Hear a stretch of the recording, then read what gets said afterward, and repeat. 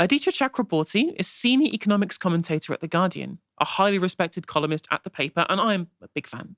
And today he published an article that, initially at least, took me by surprise. What does the left want? He asks. A wealth tax, he answers. And what will that accomplish? He asks. Very little. And he goes on to say that imposing a 1% levy on the super rich isn't a policy, it's a pantomime. That's a pretty incendiary headline, but it's above an article that's both subtle and well argued. But I still had questions about what he wanted instead of a wealth tax, so we earlier today invited him on the show to talk about it with me, and I began by asking him to lay out his central arguments. This is how he explained them. We're obviously just a few days away from Rachel Reeves' budget, which is going to be an absolute stinker. Everyone says so, right? Chaotic government, absolute shambles, could be the last budget she ever writes. An amazing thing to say about a government that's less than 2 years old. And I thought it'd be a good time to look around and say, so what's a left-wing alternative? Now, as you know, where a lot of the left converge, whether they're Greens or your party or people in civil society, they converge around this idea of a wealth tax. And when the right want to criticize the wealth tax, what they say is, ridiculous notion, it will never work.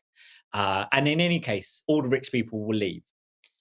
Actually, I don't really go along with that. I mean, one of the most famous books in England, the Doomsday Book, which is about 1100 years old, is actually a collection of records of wealth for what we would nowadays call a wealth tax. So there is a long history to wealth taxes. And 5 years ago, a group called the Wealth Tax Commission did a really serious piece of work looking at what taxing the wealthy would look like. And they came up with a policy which they said, would pretty much work. It was pretty extensively worked out, called over 50 experts, economists, politicians, tax inspectors. And they said, what you should do is you should hit the wealthy. And their definition of wealthy was quite generous. So it included people who are living in £1 million homes, all the way up to the billionaires that are so much a part of the popular imagination now. But what you should do is you'd hit them once. And if you did that, you'd get £260 billion, roughly, which is a lot of money. That is not the policy that Zach Polanski's talking about now. He's talking about something much more modest, where you go after people who've got £10 million and you take a yearly tax of 1%. That's kind of his key thing in what he calls a wealth tax. And the guys at the wealth tax looked at that and said, well, you would raise some money, but much, much less, £10 billion. Now, £10 billion is a lot of money for me. I could do with £10 billion. I'm sure you could too. But in government terms, it's tiny, right?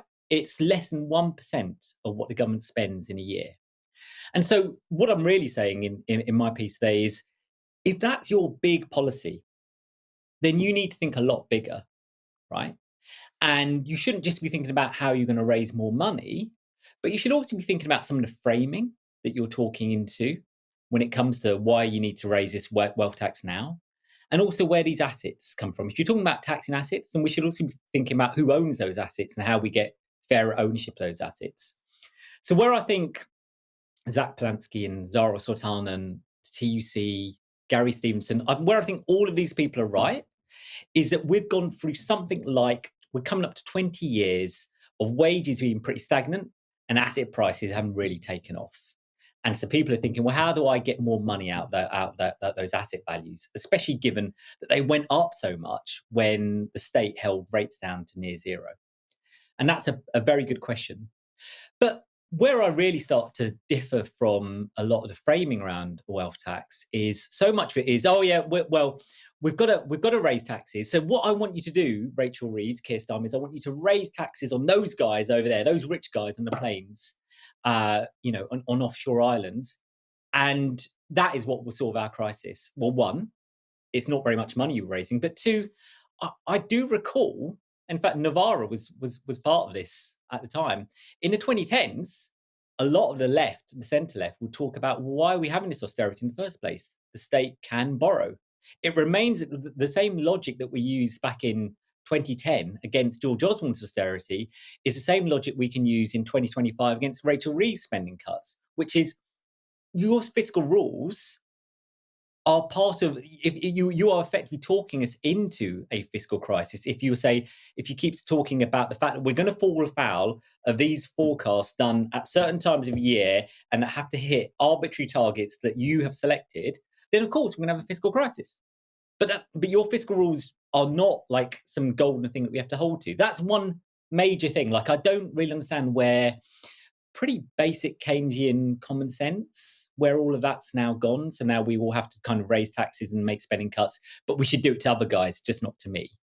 And then the other thing that I think is, I hope that people watching this kind of are already thinking about already is, obviously we've got a huge issue with inequality in this country. It's one of the most unequal rich countries in the world, right?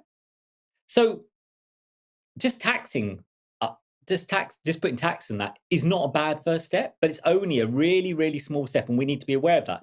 The program needs to be a lot more ambitious, right? We should be thinking about how we get assets which are held in common ownership, which is in my piece I talk about, for instance, building more social homes, but also how you redistribute assets from people who hold them at the moment to the rest of us. So you might remember that under Jeremy Corbyn, the Labour leadership had a policy of trying to move company ownership from shareholders to workers.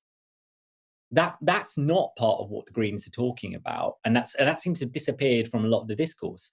But stuff like that just strikes me as being really valuable elements of a different way of political thinking that we should be taking up and advancing now.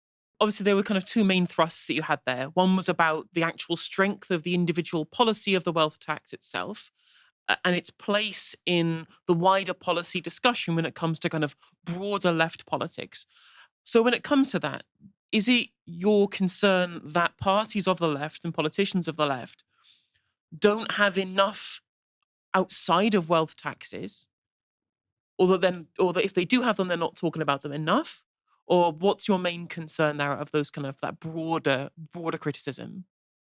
So I mean, I look particularly at the Green platform, since they are now doing so well in the polls, and in a few months' time, they are likely to do very, very well across urban Britain in the local elections. So I looked at them in particular, and they've got some policies around taxing wealth. They've got this wealth tax that Clancy's talking about.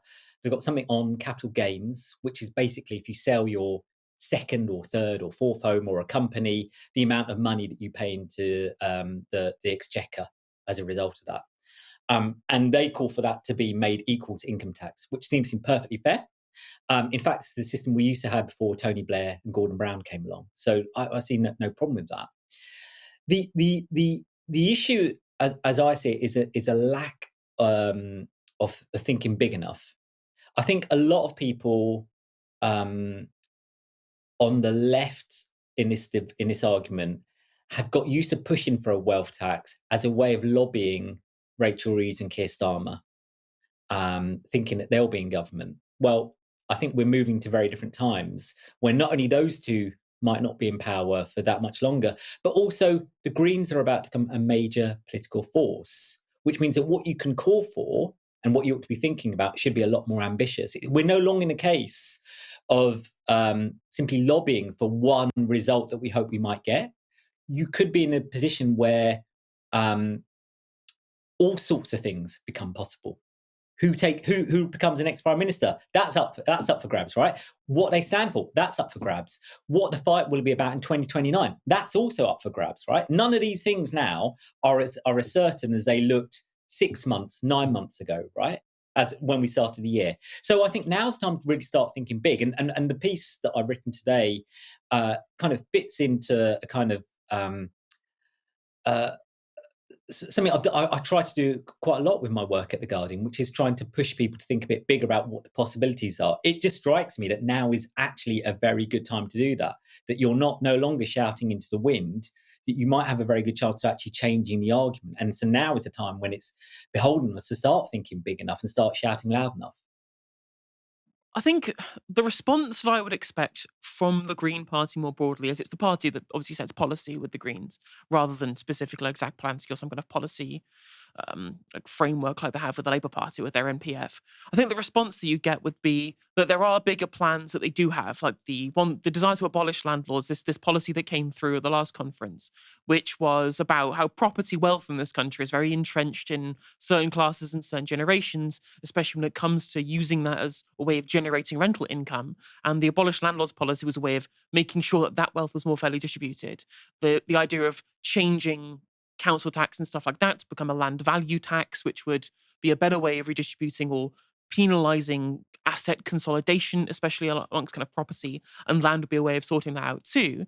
And I think what Zach Polanski will probably come across with saying would be that, well, we do support obviously a wealth tax because we want to get political buy-in from people in the idea of a larger state, but without there being a target towards the people who have the most amount of wealth, it would be difficult to get buy-in from a broader public when it comes to being able to pass like higher tax budgets as well. And he probably would also respond and say that when he was asked about the wealth tax by Laura Kuenssberg on the BBC, he pointed out that, well, actually, we can spend in a Keynesian manner very frequently. Like what we can do, we can afford, is what he's been saying on the media rounds. And that when it comes to the wealth tax, that was about the inequality of asset ownership and trying to redistribute those. So I think that would be the kind of the main response that you'd get from people of the Green Party who've helped set policy on this, regards to the kind of the way that the narrative is being used in the mainstream. Now, when it came to the inclusive ownership funds, I absolutely agree with you. I think that all left-wing political parties should be looking at the ownership of companies, the ability that workers have to affect their own workplace and own their own workplace, and that policy prescription in 2017 and 2019 is an excellent way of being able to do that. I would love to see that being a more talked about policy. But in 2017, Labour didn't really talk about it because it was quite technocratic.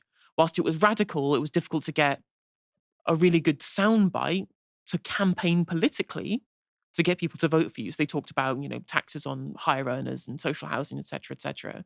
But what would be your kind of response to people who would take issue with the idea that the left aren't thinking big enough? The first thing I want to say is none of what I've said, either to you or in my piece today, none of it's aimed as a pop against Zach Plansky, who, in particular on migration, has, I think, done a heroic job, but is often puts himself in the right place on a lot of these arguments. We can do whatever we can do, we can afford to do it. Comes from Keynes, and it's a shame that basic logic of government has disappeared from people in government, right? So it's not.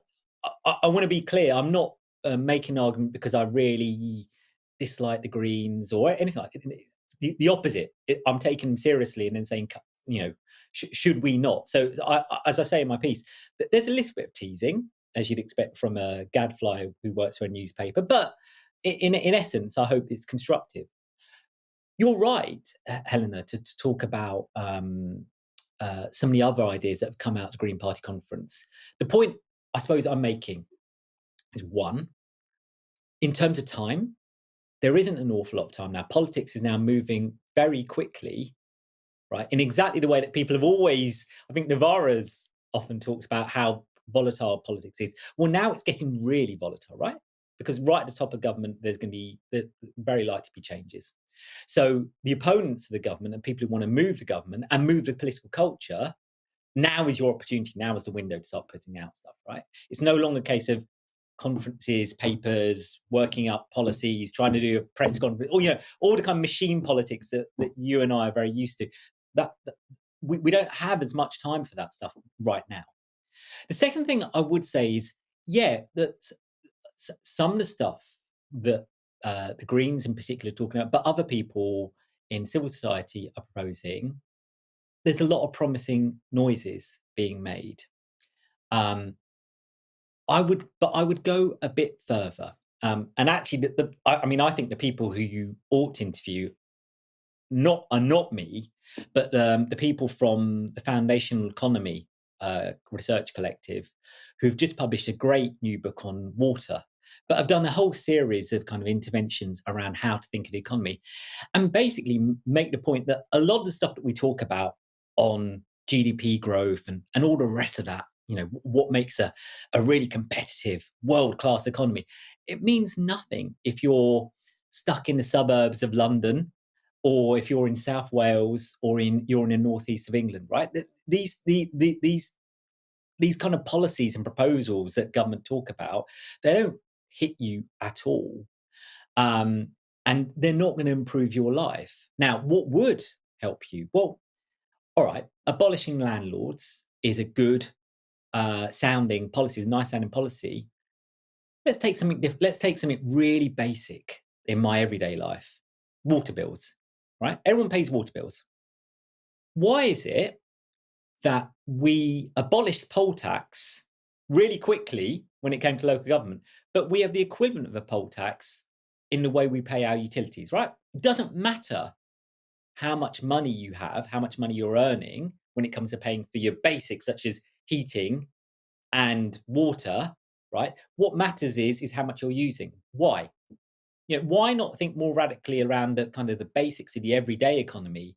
Um, to use a term that actually I've written about consistently over the years, the everyday economy is where we ought to be targeting our attention, not billionaires, not thinking about landlords and the kind of stuff which makes for nice imagery and gives you a sense of who the pantomime villains are, but they lead you quite far away from people's everyday experiences of how they can afford to heat themselves, to eat, to get through to the end of the month, to keep themselves in enough water, even, right? That's kind of it's kind of the register of politics that I'm talking about there. That there's a great tendency on both the kind of the centre left, but also the kind of left to think about big abstract ideas. On the centrist, it's growth, GDP growth. That's what we need. On the left, it's we need to do away with these enemies. These are the real enemies of our politics. Well, actually, where most people live isn't with GDP growth. That doesn't really affect them in the same ways as centrists think it does. And it's certainly not surrounded by billionaires. It's in this land where they're not necessarily got enough income to get them through to the end of the month. It's a struggle. And we're going into, as you know, a cold winter. It's been pretty cold this week. And so people are thinking, can I afford to turn the heating on? That's the kind of society that I'm worried about right there, which is a more prosaic, perhaps boring reality, but it's a reality that affects tens of millions of households in this country. So would you think that a political campaign that just took these very specific bread and butter issues and focused on them as a kind of central plank, I guess kind of Mamdani style, right? When you look at his policy prescriptions, whilst he did, say we're going to be getting this money from the millionaires of New York City and from the corporations, we're going to increase the tax rate to the same as New Jersey or whatever it was, right? But that was a response to how you're going to pay for it. Rather than talking about the enemy first and then the policy on how you combat them, it was started off with, here are this gamut of policies that are going to decrease your cost of living off your basic stuff, like how you get around whether or not that you can leave the kids at home while you go off to work. And then as a response came back to, well, our municipal budgets, we have to get it from somewhere. So we're going to get it from the millionaires of New York City because they can afford it.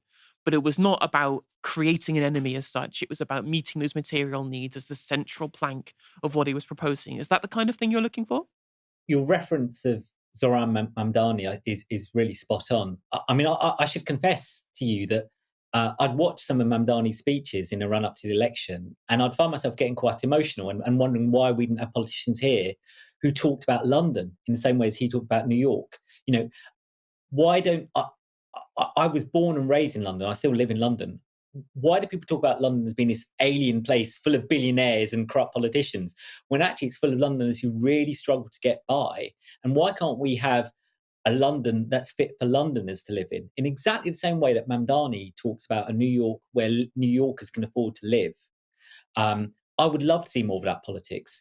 The bits of Polanski when he makes the most sense to me, and when I find myself really nodding very hard, is when he talks about everyday reality in terms of the migrants that that I'm a child of, or that you have around you and who you relate to because they're your neighbours and friends and family, or when he talks about the cost of living, that's the kind of um, uh, uh, politics that I am really um, almost obsessed with trying to bring back into the discourse, and it always troubles me when people in politics don't want to talk about that. They want to talk about abstract concepts and abstract nouns instead. Um, where I mean, just to be just to just to be kind of conciliatory, though, I would say this: when uh, Zach Plansky or Zara Sultana start talking about a wealth tax, they have cottoned on to something that the likes of Rachel Reeves, Keir Starmer, and Kemi Badenoch have not yet sussed out, which is Britain is a low growth economy. We spent 15 years with low growth. It looks like the rest of this decade is going to be pretty abysmal. So to start dreaming about low growth because either you do some kind of rain dance a la Thatcher, or you are just not as mad as Liz Truss, which is effectively what the Labour proposition is. That won't do it for you, right? There's no point in setting your stall out by growth, and that's why next week's budget's going to be so appalling for this government, is because it set its stall out on using the proceeds of growth to pay for a better society. Well, the proceeds of growth have not come, and they show no sign of turning up. So, which means that the political battles that we face are about distribution of resources, about who gets what. They're the basic political economy questions, as you rightly said at the beginning of this piece. Now, there are two forces in this country that understand that. There's the left, when they talk about the wealth tax, as I'm saying, they ought to be thinking a bit more broadly about where, how resources are distributed. And they also they cannot afford to buy into the kind of fiscal framing that's been put about we need to try and make money out of the, quickly to stop a kind of public financial crisis. Those people get it. But the other guy who gets it? Nigel Farage. Because when he talks about basically putting white Britons first, which is effectively what Reform are doing, that's another kind of distributional battle that they're fighting. They're fighting along ethnic grounds, right? So that, I'm very clear, is the political battle, the battleground that we're on. And there needs to be a really serious left-wing response to that. And if you think about the terms in which Farage talks, it's widescreen, right? He's got a really clear sense of the kind of society that he wants to try and build. It gets more radical as the weeks go by, but he's got a sense of what he wants to build. What is a wealth tax in comparison to that? It's about a small fiscal measure. It's not on the same scale, right? And it certainly doesn't mean so much, I would say, to a family that's struggling to pay for its groceries on a weekly basis, or worrying about how it's going to keep the kids warm over winter. Definitely. I understand exactly the point you're making there. The only thing I would say in response, I guess, from my perspective, is that politics, as Zach Polanski's pointed out, is about stories. And whilst you're absolutely right in terms of the kind of change you want to see is using that kind of change in distribution to make people's lives better, make it their lives less stressful, make it a happier country to live in, use a different indicator potentially other than just GDP as this central focus. I totally agree with you on there. I just think when it comes to political campaigning, having an enemy is a really good way of uniting people. It's a really good way of uniting people. And whether a wealth tax raises this money or not, as far as I'm concerned, it is a main point in a broader spectrum of policies to create a more socialist or social democratic economy or whatever it is. But when not only are the people who resist those policies part of the ultra-rich class, they're the ones who also have the power to shape the discourse by funding media organizations and think tanks, and indeed funding politicians who do policies in their interest. So Nigel Farage is really good at whipping up this fervor around migration being this sole issue, or migrants being the people who are the problem, without a counter narrative as to the people who fund the kind of politics that Nigel Farage supports being the enemy, that would get lost in the political discourse at a time of anger when the public are angry. Turning that anger into something productive, I think, is where this wealth tax being a central focus is really good as a campaigning tool. You're right in saying that the policy needs to be way bigger, way wider. We need to talk about more distribution, more money being put in from the state, whether that's through borrowing or through taxation, or whatever it is. But when you want to try and win people over, you need to have a way of telling a story that gets people engaged. And I think that's the place where I would differ in terms of the focus on the wealth tax, if you see where I'm coming from. I totally see the argument. And it's an argument I've been having today in response to my piece. Look, I think there's a lot in what you say. Just go back to Mamdani for a second, and we'll go into Farage after that. Mamdani says, look, I know this city of New York isn't working for you, the average New Yorker, and I want it to work better for you. So I want to do these things to make it better for you. And we'll pay for that, by the way, by having a tax on the wealthy of New York, right? Whether he can do that tax or not, that's a separate question. But he starts with, I know what you are feeling, and I know what's lacking from your everyday life. This is a rich city, and you're not getting to participate in that. That's one story, to use your term. What's Nigel Farage say? We all know, right? Because he goes to some rundown high street, or he goes to a place where work has disappeared, and he says, remember when this thing used to be better? Remember when things used to be different? Well, they're not better, they're not different. And do you know why? Because the people in Westminster opened the floodgates to let all these immigrants in, and that's your problem over there, right? But he starts with, what's not working in your lives, right? Here's the issue as I see it, is that there's no real sense to try and tap into what everyday reality, what the everyday economy, what everyday politics means for most people. Now, for someone like you, who is, very astute politically and follows the kind of the talking points and remembers that Corbyn policy name, which I certainly didn't remember, and knows what comes out of party conferences, right? I can see how that works for you. But a lot of the people I spend my time talking to and writing about in the paper, they're people who live in really terrible accommodation. They really struggle materially, right? They're not following what the latest lines are. That they're not watching Laura Kuenssberg or whatever. But more to the point, they also feel, in a very profound sense, that they are living in a different world from the people in Westminster. They may live only 8 miles from Westminster, but it's a completely different universe, right? And the reason for that is because so much of politics has abandoned the everyday, the prosaic reality, right? And it's gone herring off after these stories about billionaires or about migrants turning up in small boats. It's these kind of abstract enemies. I think for people who want to offer a more hopeful and a fairer alternative, we have to start by thinking about what is the situation people we're talking to? What would make their lives better, right? How are we going to get there? And then by starting from there and working out, to policy solutions, I think that is the kind of storytelling that I'm really interested in.